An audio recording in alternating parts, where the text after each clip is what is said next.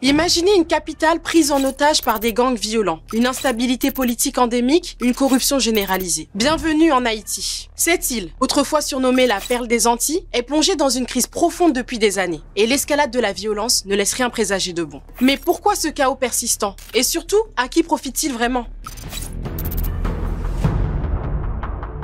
Comme moi, vous devez vous demander pourquoi le chaos en Haïti profiterait à quelqu'un, n'est-ce pas? C'est ce que nous allons découvrir ensemble. Et la première piste à explorer est celle des ressources. Quand vous vous intéressez à Haïti, que vous comprenez ce qu'il y a comme ressources dans le sol, dans les eaux haïtiennes, vous comprenez en fait pourquoi ce pays doit être maintenu dans une telle situation. En effet, des sociétés minières, notamment américaines et canadiennes, qui mènent des recherches depuis 2008, estiment que le sous-sol haïtien recèle des richesses qui pourraient valoir jusqu'à 20 milliards de dollars américains sur les marchés internationaux. Alors, prenons une carte et regardons ça de plus près. Le sous-sol d'Haïti regorgerait de pétrole, de gaz, d'or, d'argent et de cuivre. Il faut savoir qu'il y a principalement 9 sociétés minières qui opèrent en Haïti, selon le bilan 2013 du ministère haïtien des Travaux publics. Selon un rapport de la Concertation pour Haïti, un regroupement d'organismes de la société civile, les entreprises étrangères profiteraient du chaos pour obtenir des concessions minières sans que le Parlement et la population haïtienne ne soient informés ou consultés. Et cette exploitation dure depuis plus d'un siècle. Déjà en 1914, un an avant l'occupation américaine qui dura 19 ans, les marines américains entrent dans la Banque nationale d'Haïti et volent de l'or pour une valeur de 500 000 $ de l'époque, qu'ils déposeront dans une banque de Wall Street,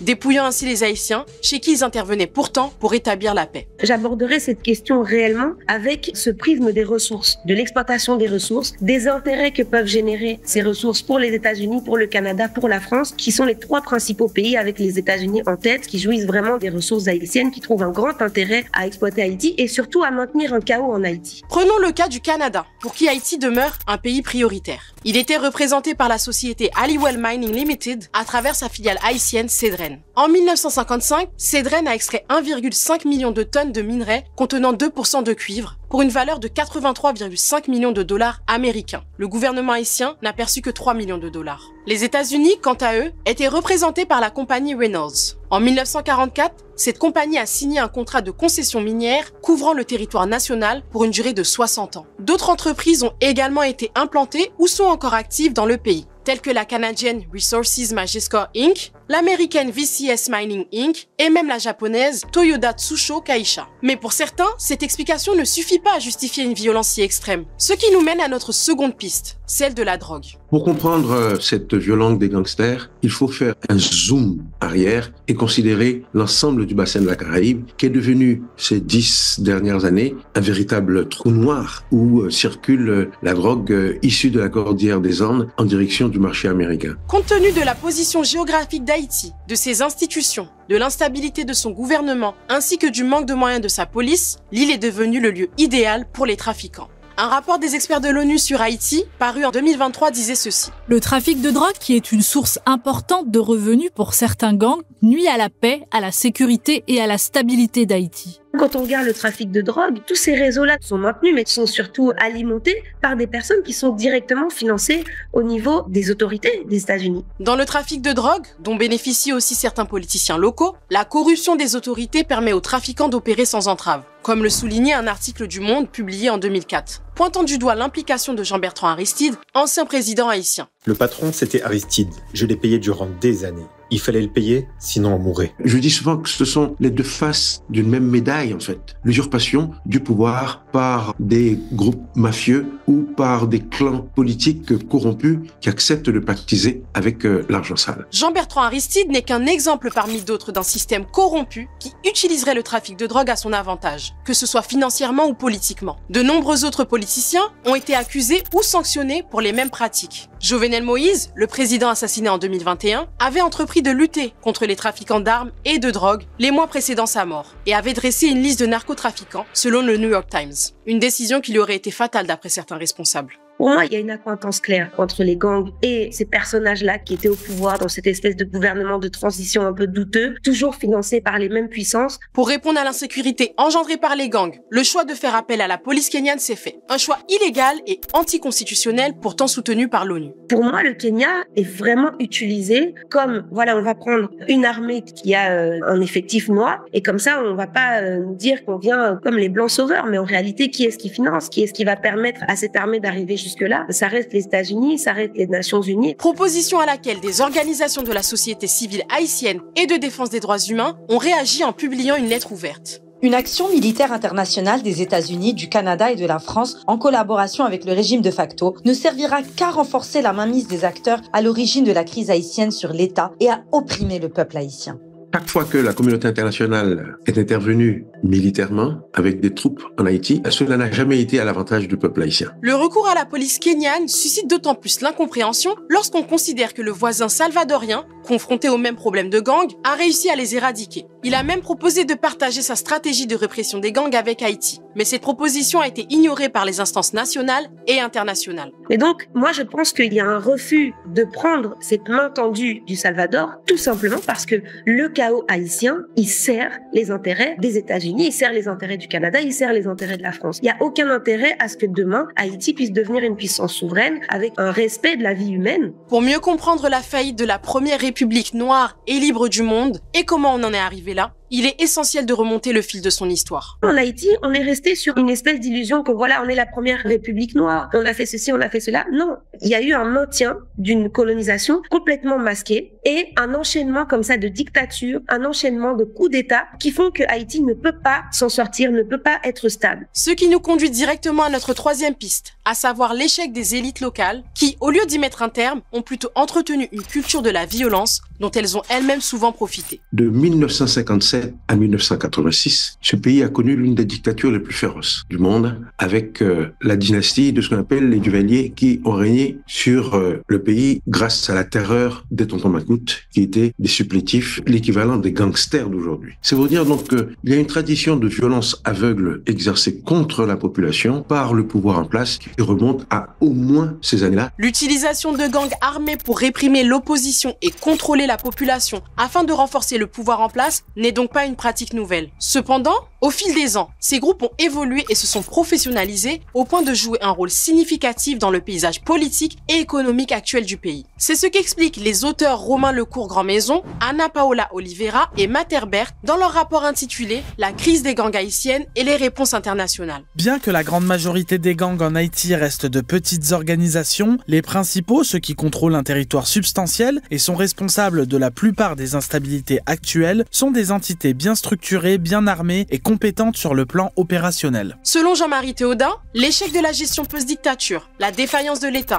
l'abolition de l'armée ou encore le vide politique ont joué un rôle dans la crise actuelle que traverse le pays. En fait, on a plutôt assisté à une déconstruction du pays, à un déchirement du corps social et surtout à son effondrement du fait de l'abolition de l'armée en 1995 qui a donné lieu à une prolifération de compagnies de sécurité qui progressivement se sont transformées en organes autonomes disposant d'une partie de la violence légitime qui normalement est un monopole d'État. En plus des crises sociopolitiques et économiques, le pays fait face à des catastrophes naturelles qui le fragilisent et dont la mauvaise gestion engendre des tensions, crises et conflits sociopolitiques aigus. Il est intéressant de rappeler que Haïti connaît effectivement des tremblements de terre, des cyclones, des crises sanitaires, mais comme tous les autres pays du monde, en fait. Mais la seule différence, c'est qu'en Haïti, il n'y a pas d'État. En Haïti, il n'y a pas ce socle commun qui permet justement d'amortir les effets de toutes les catastrophes que nous venons d'évoquer ici. En résumé, l'histoire d'Haïti, marquée par la mise en place de gouvernements fantoches, une souveraineté illusoire, une gouvernance défaillante, la corruption généralisée et les ingérences politiques étrangères, notamment des États-Unis, de la France et du Canada, ainsi que les vides politiques ayant favorisé l'émergence des gangs, ont conduit le pays dans cette spirale de chaos persistant. Mais c'est surtout l'immixtion des puissances étrangères qui est pointée du doigt par Ronald Sanders, l'ambassadeur d'Antigua et Barbuda aux Nations Unies, qui a déclaré ceci dans une tribune adressée aux États-Unis et à l'Organisation des États américains.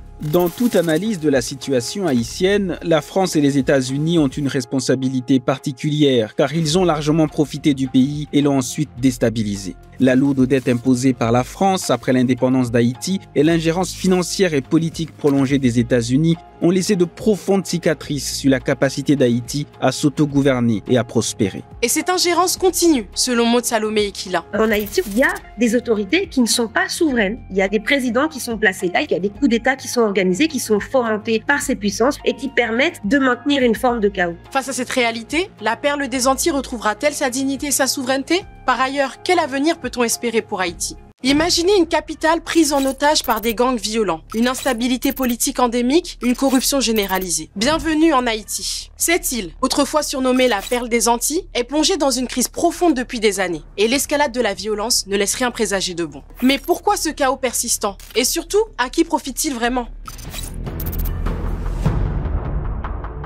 Comme moi, vous devez vous demander pourquoi le chaos en Haïti profiterait à quelqu'un, n'est-ce pas? C'est ce que nous allons découvrir ensemble. Et la première piste à explorer est celle des ressources. Quand vous vous intéressez à Haïti, que vous comprenez ce qu'il y a comme ressources dans le sol, dans les eaux haïtiennes, vous comprenez en fait pourquoi ce pays doit être maintenu dans une telle situation. En effet, des sociétés minières, notamment américaines et canadiennes, qui mènent des recherches depuis 2008, estiment que le sous-sol haïtien recèle des richesses qui pourraient valoir jusqu'à 20 milliards de dollars américains sur les marchés internationaux. Alors, prenons une carte et regardons ça de plus près. Le sous-sol d'Haïti regorgerait de pétrole, de gaz, d'or, d'argent et de cuivre. Il faut savoir qu'il y a principalement 9 sociétés minières qui opèrent en Haïti, selon le bilan 2013 du ministère haïtien des Travaux publics. Selon un rapport de la Concertation pour Haïti, un regroupement d'organismes de la société civile, les entreprises étrangères profiteraient du chaos pour obtenir des concessions minières sans que le Parlement et la population haïtienne ne soient informés ou consultés. Et cette exploitation dure depuis plus d'un siècle. Déjà en 1914, un an avant l'occupation américaine qui dura 19 ans, les marines américains entrent dans la Banque nationale d'Haïti et volent de l'or pour une valeur de 500 000 $ de l'époque, qu'ils déposeront dans une banque de Wall Street,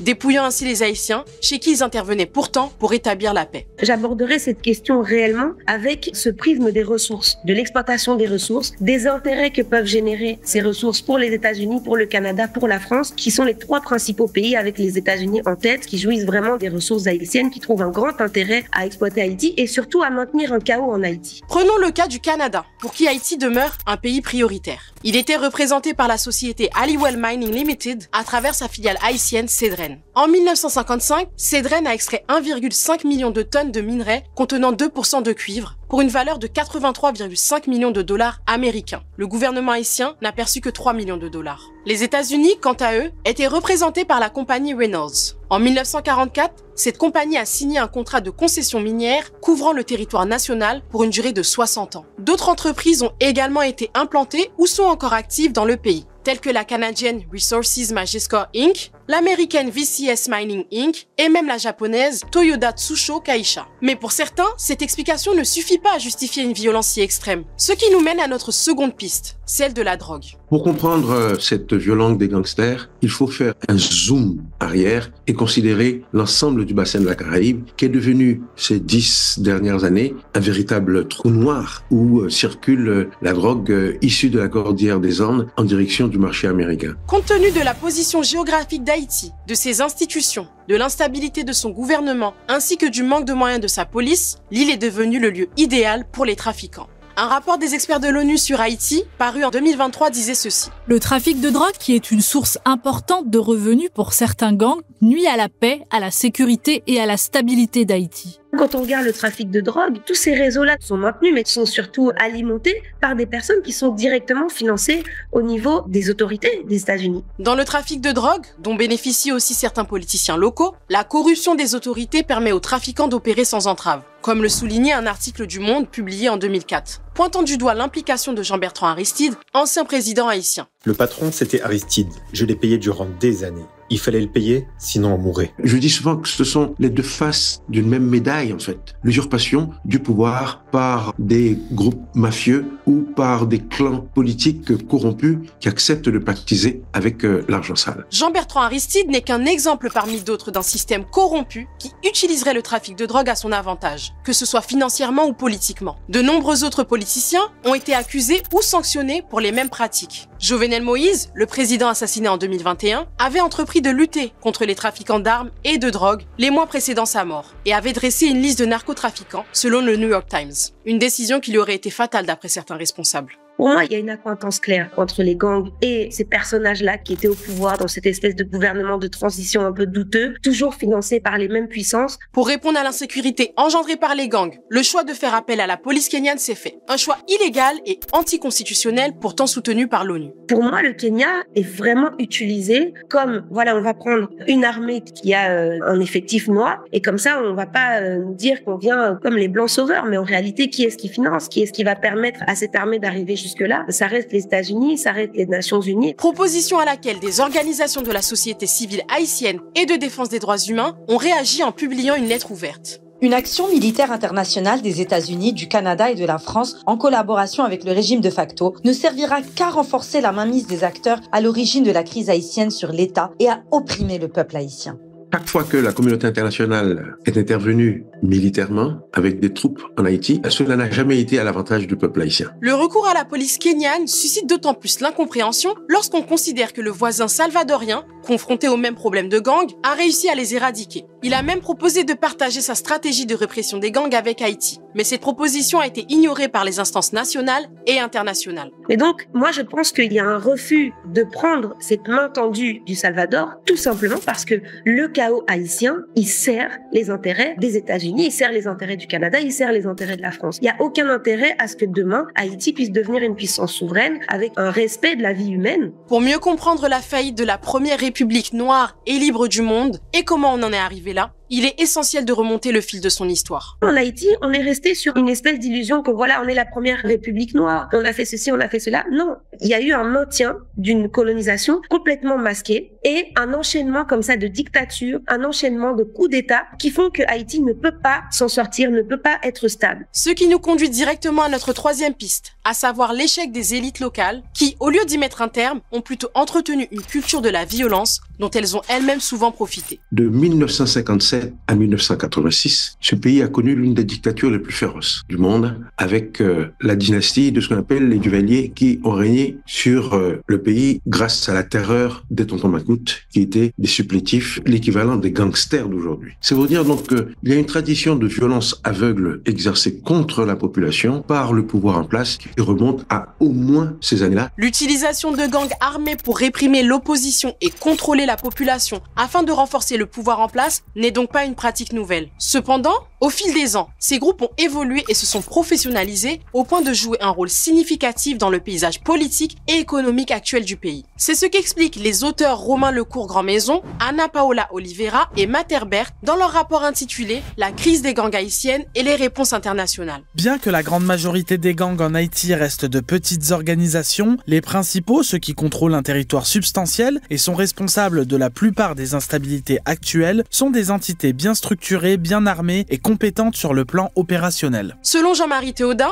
l'échec de la gestion post-dictature, la défaillance de l'État, l'abolition de l'armée ou encore le vide politique ont joué un rôle dans la crise actuelle que traverse le pays. En fait, on a plutôt assisté à une déconstruction du pays, à un déchirement du corps social et surtout à son effondrement du fait de l'abolition de l'armée en 1995 qui a donné lieu à une prolifération de compagnies de sécurité qui progressivement se sont transformées en organes autonomes disposant d'une partie de la violence légitime qui normalement est un monopole d'État. En plus des crises sociopolitiques et économiques, le pays fait face à des catastrophes naturelles qui le fragilisent et dont la mauvaise gestion engendre des tensions, crises et conflits sociopolitiques aigus. Il est intéressant de rappeler que Haïti connaît effectivement des tremblements de terre, des cyclones, des crises sanitaires, mais comme tous les autres pays du monde, en fait. Mais la seule différence, c'est qu'en Haïti, il n'y a pas d'État. En Haïti, il n'y a pas ce socle commun qui permet justement d'amortir